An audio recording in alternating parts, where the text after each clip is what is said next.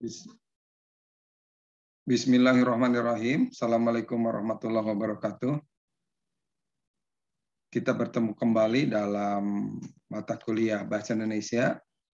Kali ini kita melanjutkan pembahasan tentang memahami sejarah ejaan bahasa Indonesia. Sebelumnya kita telah bahas bagaimana proses peralihan penggunaan ejaan dari masa ke masa.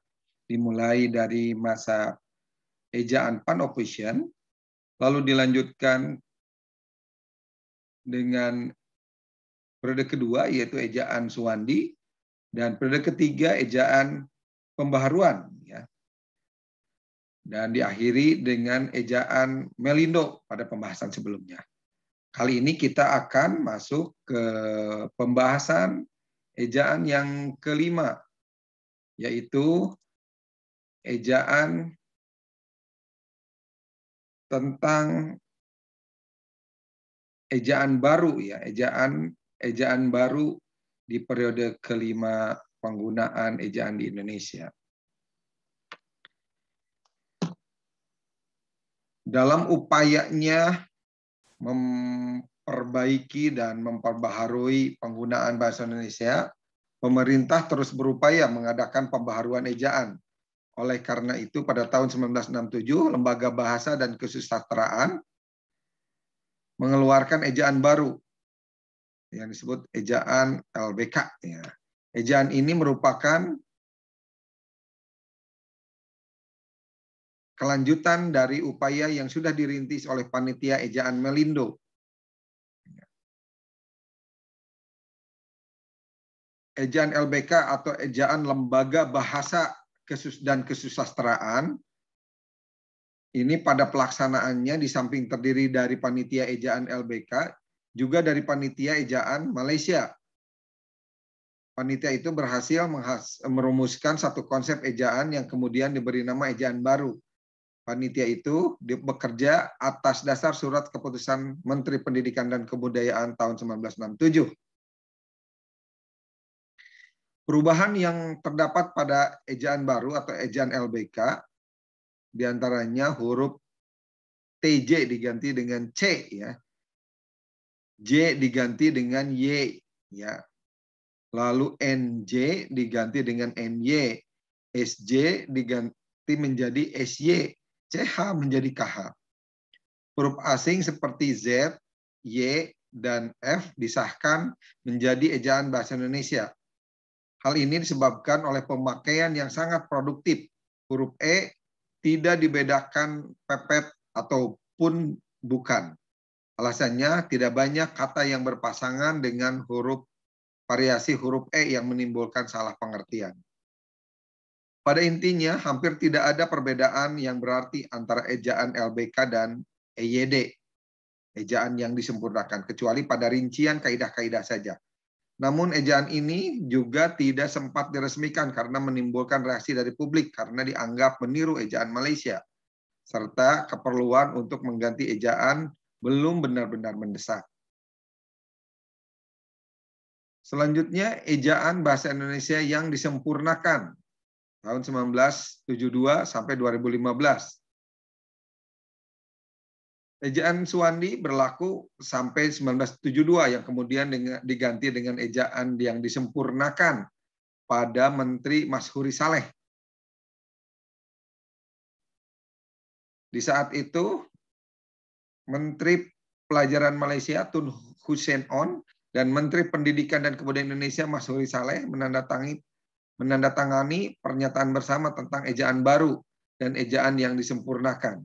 Sebagai Menteri, Mashuri menandai pergantian ejaan itu dengan mencopot nama jalan yang melintas di depan kantor Departemen Pendidikan Kebudayaan dari tulisan DJL TJI Lacap, ya, Jalan Cilacap, dengan tulisan JL titik CILACAP.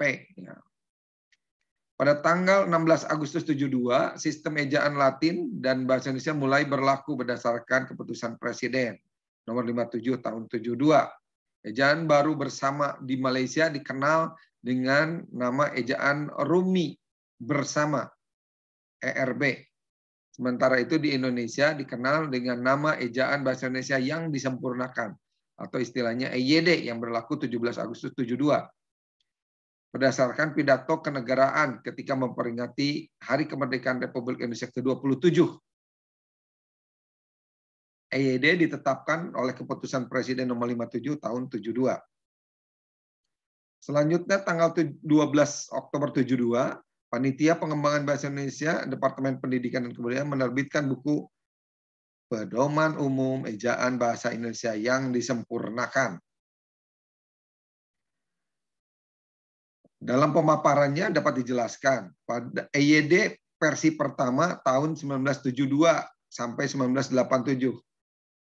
Ejaan Bahasa Indonesia yang disempurnakan atau yang lebih dikenal EYD adalah penyempurnaan dari ejaan-ejaan sebelumnya yang merupakan hasil kerja Panitia Ejaan Bahasa Indonesia dalam LBK.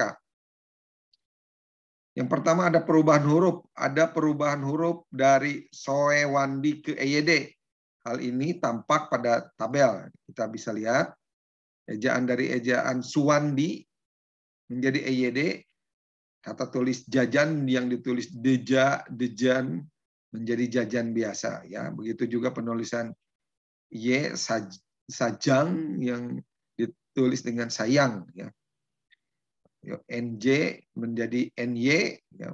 Dulu menulisnya dengan bahasa sekarang mungkin di bahasanya monjet, padahal penulisannya monyet. Gitu ya. Ini merupakan tabel ini memperlihatkan gabungan, ya, gabungan misalkan dalam huruf SY dan CH yang belum terdapat dalam ejaan sebelum EYD. Ya. Adalah dalam kata F, fasih, universitas, zakat, Quran atau senon. Ejaan dan Van Offician dan ejaan Suwandi hanya menerapkan satu sistem ejaan. Sedangkan EYD menggunakan dua sistem ejaan, yaitu ejaan fonemik yang berbasis EJD dan ejaan etimologi. Dengan kata lain, EYD adalah sistem Dwitunggal ejaan yang merupakan hasil pembakuan dalam bidang ejaan karena bahasa Indonesia berstatus sebagai bahasa negara atau kebangsaan. Yang kedua, penyerapan huruf. Huruf yang diserap adalah huruf F, V, Z, Q, dan X. Misalkan, pemakaian huruf F dalam kata maaf dan fakir. Huruf V dalam kata valuta atau universitas. Huruf Z dalam kata lezat, zeni. Huruf Q dalam kata Quran misalkan. Ya, eksakta. Pemakaian huruf X dalam sinar X. Ya, dengan adanya perubahan huruf, maka huruf bahasa Indonesia berjumlah 26 dari A sampai Z. Dalam bahasa Indonesia juga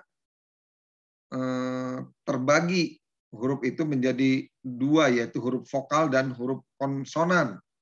5 huruf vokal, ya, terdapat 5 huruf vokal dan 21 huruf konsonan. Selanjutnya dalam EYD ada penulisan awalan. Penulisan awalan dirangkaikan dengan kata yang mengikutinya. Misalkan diminum, dilawan. Sementara pada penulisan kata depan, misalkan di hati, di Jogja, di desa, ini dipisahkan. EYD menyempurnakan kaidah ejaan, yaitu tentang nama dan penulisan huruf, pemakaian huruf, penulisan kata, penulisan unsur serapan, dan pemakaian kata tanda baca. EYD edisi kedua tahun 1987 sampai 2009, pada tanggal 8 September 87, Menteri Fuad Hasan sebagai Menteri Pendidikan mengeluarkan keputusan. Ya, upaya penyempurnaan tersebut atas usulan Kepala Pembinaan Pengembangan Bahasa Indonesia. Ya, berkaitan dengan pedoman umum ejaan bahasa Indonesia yang disempurnakan. Lalu juga bahasa senantiasa berubah dan berkembang sesuai dengan kehidupan masyarakat. Di sisi lain perlu diadakannya penyempurnaan terhadap pedoman umum ejaan bahasa Indonesia yang disempurnakan.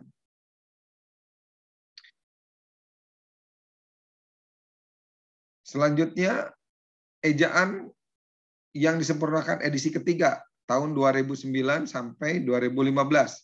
Pada tanggal 31 Juli 2009, Menteri Pendidikan Bambang Sudibyo mengeluarkan peraturan pemerintah nomor 46 tahun 2009 ya, bahwa ejaan yang disempurnakan edisi kedua dinyatakan tidak berlaku lagi ya, dan diberlakukan edisi yang ketiga.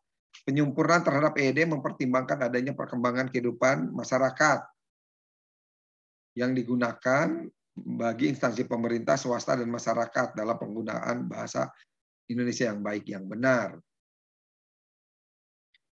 Selanjutnya perubahan EYD versi selanjutnya, versi ketiga ya. Ada beberapa perubahan dari EYD edisi kedua ke EYD edisi ketiga.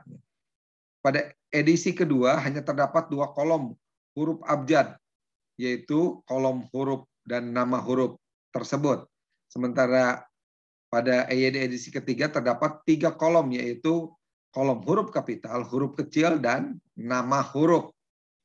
Pada EYD edisi ketiga ada penambahan catatan tentang gabungan huruf konsonan, nama orang, badan hukum, dan nama diri yang lain ditulis sesuai ejaan bahasa Indonesia yang disempurnakan, kecuali jika ada pertimbangan khusus. Selanjutnya ada penambahan pada EYD edisi ketiga, yaitu penambahan pada pemakaian huruf kapital. Huruf kapital tidak dipakai sebagai huruf pertama seperti pada the font dan der dalam bahasa Indonesia, bahasa Belanda, font dalam bahasa Jerman, ataupun da dalam bahasa Portugal. Misalkan JJ de Hollander, yaitu tidak dirubah menjadi huruf kapital. Otto von Bismarck misalkan.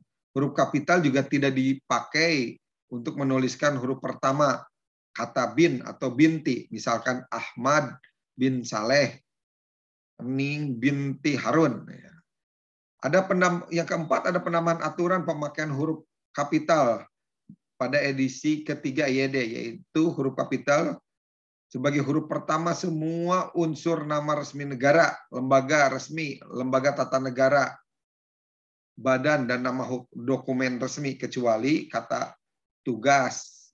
Misalkan, ya kalau kata tugasnya tidak dibuat huruf besar ya awalannya, dan oleh atau untuk. Misalkan badan kesehatan ibu, nah, semuanya huruf awalnya besar dan huruf kecil, anak A-nya huruf besar. Adanya penambahan tentang pemakaian huruf kapital, yaitu huruf kapital dipakai sebagai huruf pertama pada kata seperti keterangan, catatan, dan misalnya, yang didahului dengan pernyataan lengkap dan diikuti oleh paparan. Pada EYD ketiga terdapat aturan baru tentang pemakaian huruf kapital. Selanjutnya yang terakhir, ejaan bahasa Indonesia 2015 sampai sekarang. Pembenahan terhadap bahasa Indonesia terus berlangsung dan diupayakan guna memastikan penggunaan bahasa Indonesia yang baik dan benar. Adapun latar belakang pembaruan ejaan bahasa Indonesia adalah kemajuan iptek seni dan beragama dalam ranah pemakaian bahasa Indonesia. Di samping itu adanya perubahan nama ejaan yang disempurnakan menjadi ejaan bahasa Indonesia karena adanya kritik atau adanya ketidakpuasan masyarakat perihal nama ejaan yang disempurnakan. Setelah 43 tahun, yaitu dari tahun 1972 sampai 2015, terjadi perubahan ejaan lagi, yaitu perubahan dari ejaan yang disempurnakan menjadi ejaan bahasa Indonesia. Perubahan ini terjadi pada masa pemerintahan Presiden Jokowi ya. Dan sebagai menterinya Bapak Anies Baswedan. Ini diresmikan pada tanggal 26 November 2015. EBI diundangkan di Jakarta dan ditandatangani oleh Direktur Jenderal Peraturan Perundangan Hukum dan HAM. Penetapan peraturan Menteri Pendidikan dan Kebudayaan tentang PU atau Pedoman Umum ejaan bahasa Indonesia termuat dalam pasal 1 ya, bahwa pedoman umum bahasa Indonesia, ejaan bahasa Indonesia digunakan bagi instansi pemerintah, swasta, dan masyarakat dalam penggunaan bahasa Indonesia yang baik dan benar. Begitu juga ayat keduanya. Dan pasal kedua yang berbunyi pada saat peraturan menteri berlaku, peraturan Menteri Pendidikan Nasional saat itu menetapkan bahwa ada beberapa perubahan dari EYD ke EBI. Yang pertama berkaitan dengan penambahan klausul. Berikut perincian 20 penambahan klausul. Yang pertama, penambahan informasi tentang pelafalan, penggunaan diakritik E dan E dengan tanda topi di atas. Penambahan keterangan bahwa huruf X pada posisi awal kata diucapkan dengan S. Misalkan kata serok enggak kerok tapi serok. Senon. Penambahan diftong A, misalkan survei. Penambahan penjelasan unsur nama orang yang termasuk dalam julukan ditulis dengan huruf kapital, misalkan Jenderal Kancil, Dewa Pedang. Penambahan penjelasan unsur nama orang yang bermakna anak, bin, binti, boru, fan, ditulis dengan tidak ditulis dengan huruf kapital. Penambahan cara pembeda unsur nama geografis yang menjadi bagian nama diri, nama jenis. Penambahan contoh gelar lokal, penambahan penjelasan penulisan kata, penambahan catatan bahwa nama diri dalam bahasa daerah atau bahasa asing tidak perlu ditulis dengan tulisan miring. Penambahan klausul bahwa huruf tebal dipakai untuk menegaskan bagian yang sudah ditulis dengan huruf miring. Penambahan contoh bagian kalangan yang ditulis dengan huruf tebal. Penambahan catatan, imbuhan, bahwa imbuhan yang diserap dari unsur asing seperti isme, man atau wan atau wi ditulis dengan serangkai dalam bentuk dasarnya. Penambahan klausul yang singkatan nama diri dan gelar terdiri atas 2 huruf atau lebih tidak dipenggal. Penambahan keterangan seperti partikel pun yang merupakan unsur kata penghubung ditulis serangkai. Penambahan klausul pada bilangan yang digunakan sebagai unsur nama geografis ditulis dengan huruf, misalkan Kelapa 2, Simpang 5, 3 Raksa. Penambahan klausul penggunaan tanda hubung ya, dalam konteks kata dengan kata ganti Tuhan, huruf dengan angka, kata ganti dengan singkatan. Selanjutnya, penambahan klausul bahwa tanda hubung digunakan untuk menandai bentuk terikat. Akhiran, isasi misalkan, hilirisasi, modernisasi. Sebaiknya dirubah menjadi pembetonan. Penambahan klausul dari tanda petik dipakai untuk mengapit judul sajak, lagu, film, sinetron, atau bab dipakai dalam kalimat. Penambahan klausul bahwa tanda garis miring dipakai untuk mengapit huruf kata atau koreksi atau pengurangan atas kesalahan atau kelebihan dalam naskah asli. Penambahan atau pendetailan banyak unsur serapan dari bahasa Arab. Selanjutnya, konsep penghilangan. Ada 10 penghilangan klausul yang sebelumnya ada yang terdapat dalam ejaan bahasa Indonesia. Penghilangan keterangan bahwa huruf K di sini melambangkan huruf hamzah, misal hamzah, hamzah.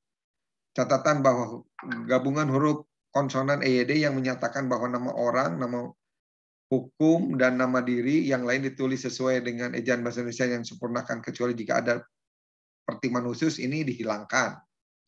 Penghilangan klausul huruf kapital dipakai sebagai huruf pertama pada kata, seperti keterangan, catatan, dan misalnya yang didahului oleh pernyataan lengkap dan diikuti oleh paparan yang berkaitan dengan pernyataan lengkap itu.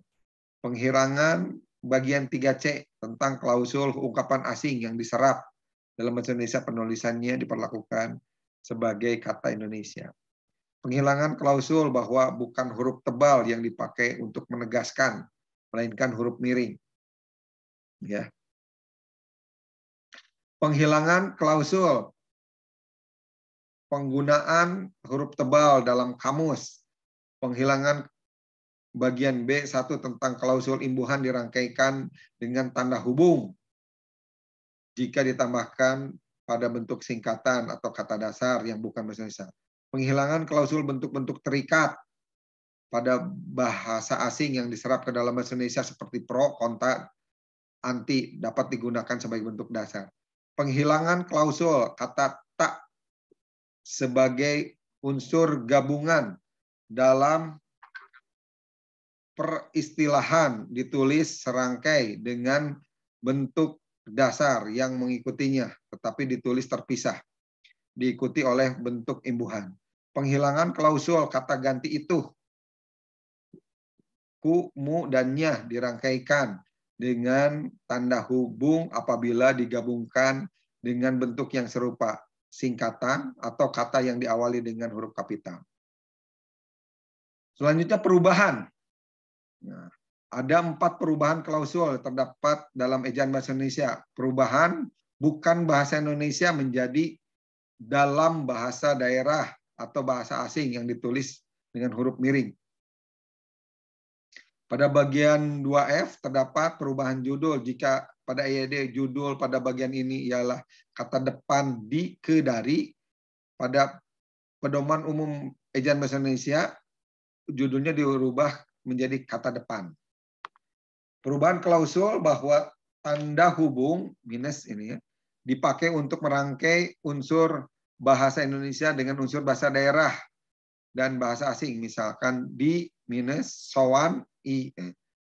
Perubahan klausul tanda kurung mengapit angka atau huruf yang merinci satu urutan keterangan menjadi tanda kurung dipakai untuk mengapit huruf atau angka yang digunakan sebagai penanda pemerincian.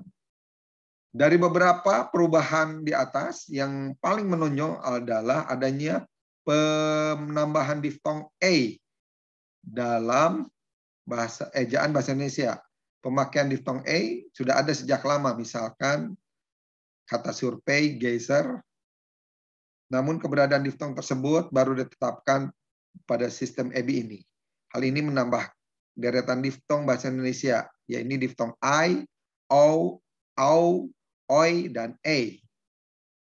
Selanjutnya pemindahan. Terdapat 2 pemindahan, yaitu pemindahan bagian B2 tentang klausul jika bentuk dasarnya berupa gabungan kata, awalan atau akhiran ditulis serangkai dengan kata yang langsung mengikuti atau mendahulinya.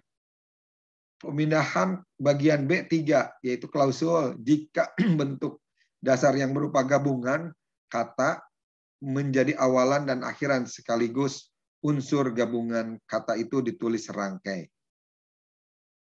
Jadi kesimpulannya, dalam sejarah ejaan bahasa Indonesia telah mengalami 7 kali perubahan dalam kurun waktu 114 tahun, yaitu dari tahun 1901 sampai 2015.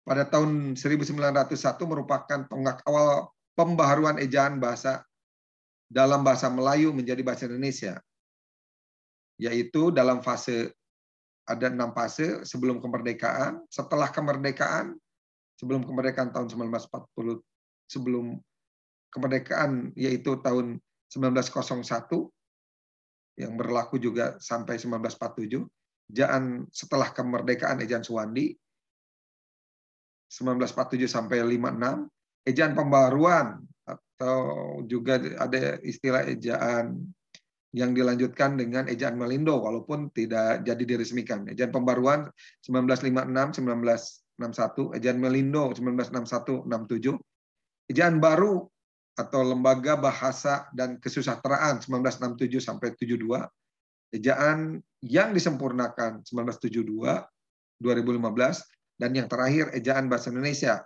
2015 sampai sekarang.